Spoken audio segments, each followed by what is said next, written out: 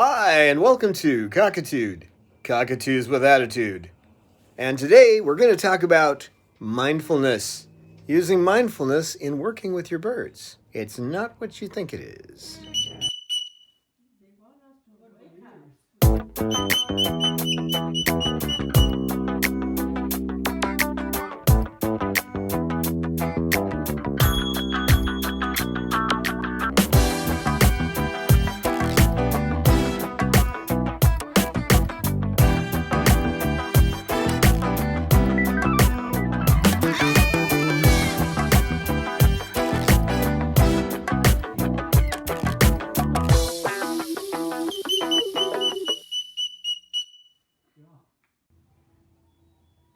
Now, there are a lot of tools for working with your parrots, and the most important ones are those that are being used by science. And science is investigating this concept of mindfulness, but unfortunately, there's a lot of different interpretations of this, and my interpretation goes back to Buddhism, okay?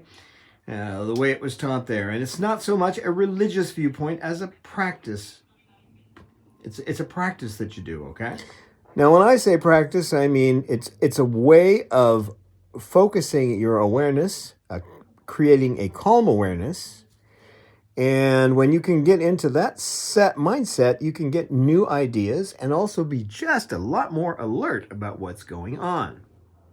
Now, you can tell sometimes it's important to be alert of what's going on. Considering the angle I am taking right here, anything could happen.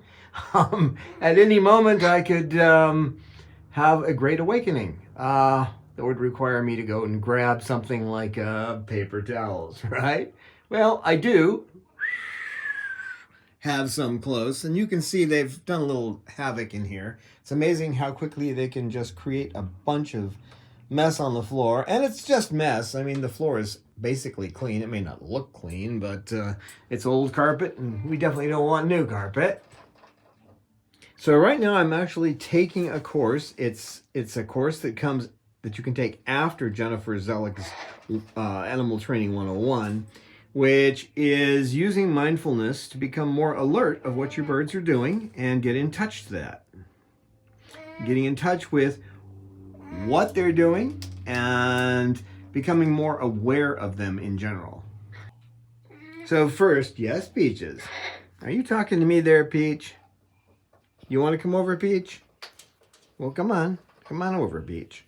Well, come on. There you go. You want to sit on my lap or right here? Which one do you want? Which one do you want? You can do either, girl. Okay, so what is mindfulness? Mindfulness, as it was taught by Gautama Buddha about 2,500 years ago, thereabouts, is better described. Yes, the beautiful song, Peaches, beautiful song, is better described as calm awareness. There is an entire teaching in a sutta. A sutta is a teaching, okay? In a sutta called the Satipatthana Sutta. Sati means calm awareness, okay? So the Satipatthana Sutta is the one that deals with having a calm awareness of the world around you. So what is calm awareness? Calm awareness is usually best described as being in a condition where you are sitting calm and aware of the things coming in and out of your mind.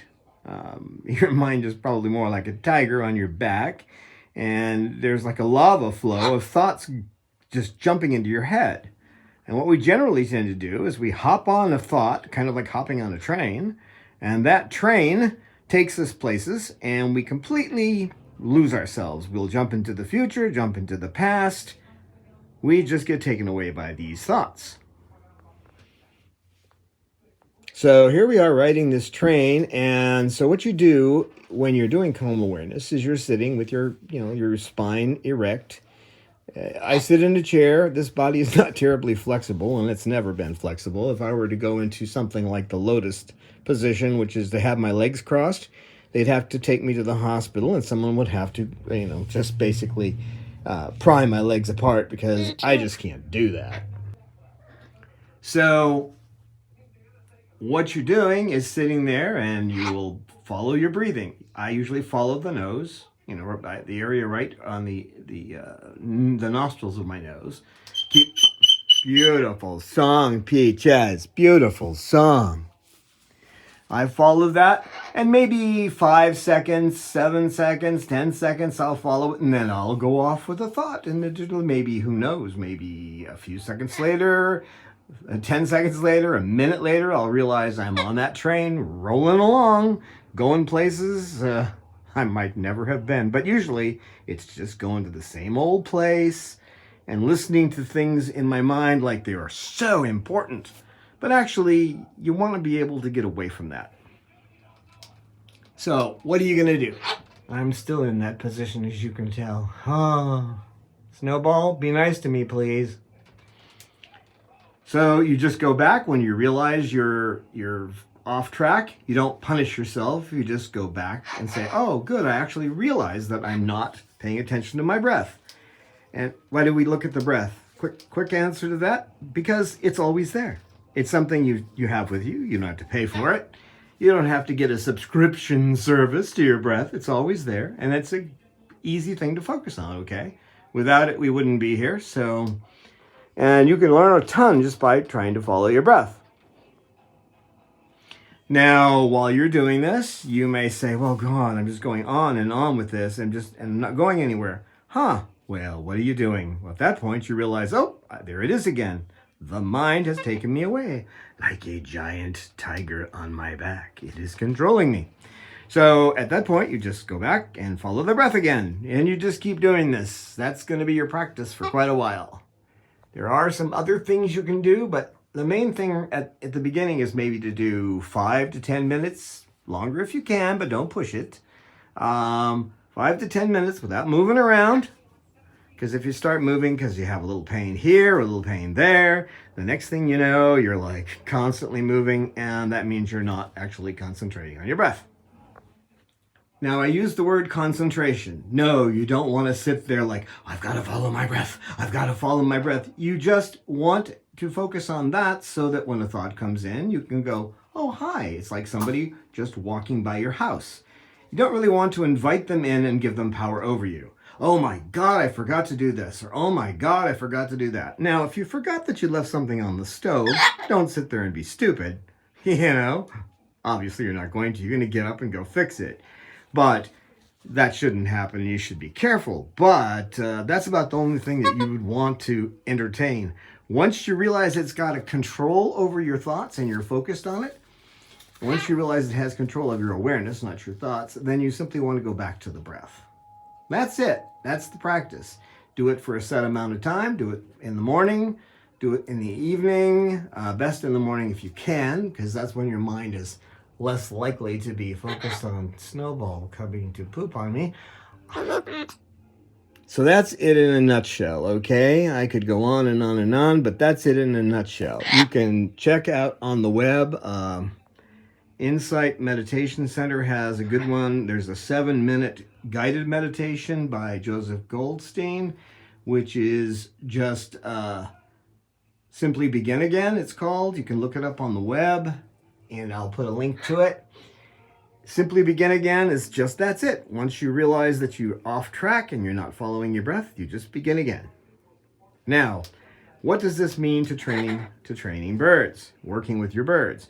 Well, right now, in Jennifer Zellick's class, I am working on, as she suggested, one focus.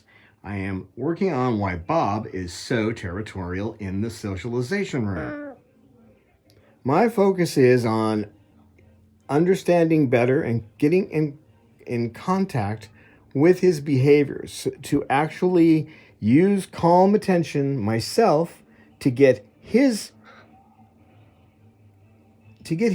behavior in my head and not to place my own personal feelings about it onto it, to just see it for what it is and to help me make a connection to change that behavior, because it's not helping him and it certainly doesn't help the other birds. I know that my biggest failing with working with him on this is not being in touch with what's going on. So my focus here is going to be just exactly that. And as I go through her course and focus on the ideas she has applied, which are applied to applied behavior, I can't speak here, applied behavior analysis. She applies it all to that. It's not one of those things that's a religious practice. It's a practice of having an open awareness. Okay, it's not concentration per se. It's an open awareness that sees things coming in and out. And because you're not focused on the things come in, it's a defocus kind of thing. It'll help you to get insight. So that's what I'm going for. Insights on Bob, and then I'm going to start spreading it around to everybody else. Once you do that, that's called generalization in ABA. I'm going to generalize it to everybody else. So I hope this helps you guys. And keep in mind that you should always be learning more. You take a class, you apply it, keep applying it, learn what you can, and then take another class or study more on your own and apply everything you learn. Right, Peach? Right, Peaches? Well, tell everybody, Peach. You want to tell everybody, Peach? Where are you going, Peach? Can't even keep a... There she is. You tell everybody, Peach. You tell them. You want some wood? All right, hold on. You want some wood? Is that what you... Oops, sorry, Peach. You want some wood? Little one? You like this too? You want that? You want that? And if you'd like to support us, go to patreon.com. Patreon.com/Chloe Sanctuary. Right, Peach? Or go to our website, chloesanctuary.org, and donate there. And thank you to all of our supporters. We don't have terribly many of them, but they keep us going. We could certainly use your help. Even a few dollars every month would be most appreciated. So we'll see you next time. Be mindful.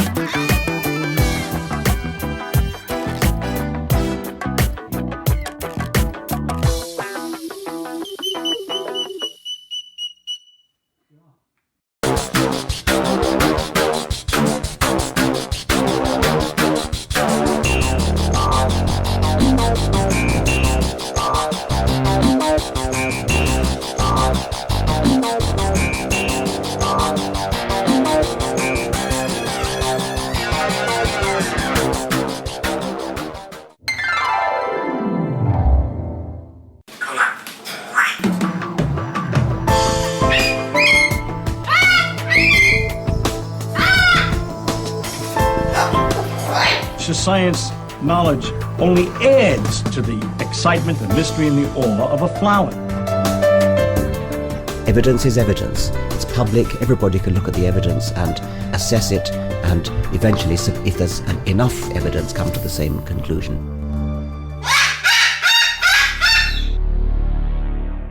The Chloe Sanctuary for Parrots and Cockatoos, a nonprofit charity dedicated to the empowerment of captive parrots and public awareness.